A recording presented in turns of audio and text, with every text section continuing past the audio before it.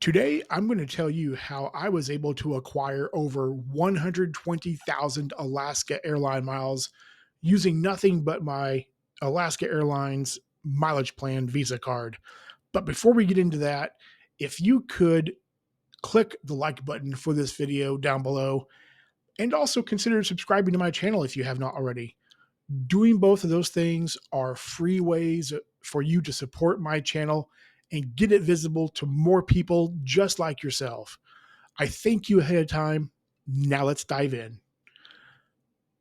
I did a recent video on acquiring this card in the middle of October and telling you the reason why. Uh, Alaska Airlines is a transfer partner of Iceland Air, and if you've seen any of my content, you all know how big of a fan I am of Iceland, and how much I'm looking forward to flying Iceland Air, uh, and the fact that Alaska miles are able to be used for Iceland Air flights is amazing to me, and it might be a niche thing. It might be a niche option, but for me, it's spectacular news. So I acquired the card just for that reason, to be able to get a stockpile of Alaska miles to book Iceland Air business class flights. And when I got the card, the offer on the card was for 60,000 Alaska airline miles, which I was totally happy with. I applied for the card. I got the card. Uh, was spending on the card to meet the spend requirement for the 60,000 points. In doing so, I had also come across an article about Iceland Air, or sorry, Alaska Airlines selling points, and you could get up to a 60% boost uh, of additional points based on the amount of points you bought. So I looked into that and it's like, hey, I'm working this welcome offer already. I've got to spend the $3,000 to get the 60,000 points.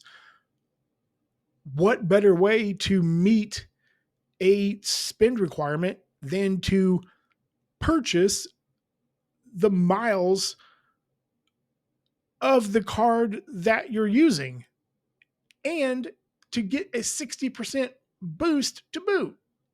I mean, it seemed like a no brainer to me. So I ended up doing that.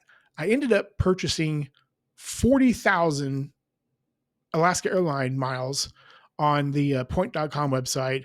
And with the 60% boost, I also got an additional 24,000 points for a grand total of 64,000 Alaska Airline miles. And after I meet the spin requirement on the card a couple of weeks later, as you can see here, I also received the welcome offer of 60,000 Alaska Airline miles. So right now I'm sitting on just under 128,000 Alaska Airline miles in total. And I'm completely ecstatic about that because those miles are going to come in so handy when booking Iceland Air business class flights for a few trips to Iceland that I have coming up in 2025. So I'm super stoked about it. Um, that's all I have. What do you all think about this? About using a co-branded card to purchase points for the brand that you're using? Like I think it's a no-brainer. And I've heard of this before. I've heard people doing it. I've heard talk about it. I had never done it before, but seeing that I just got in the card and also seeing the boost of getting that many extra points for your purchase, it seemed like a no brainer. So again, I'm super stoked. I'm really curious to hear what you all think. Leave a comment in the comment section below. Let's talk about it. Also, too, again, if you have not already done so, please click the like button for this video and also consider subscribing to my channel as well.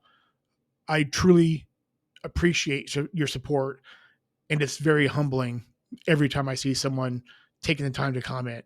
And also when I see a new subscriber, I'm humbled. And again, thank you so much. Until next time, be good to each other, okay? Bye for now.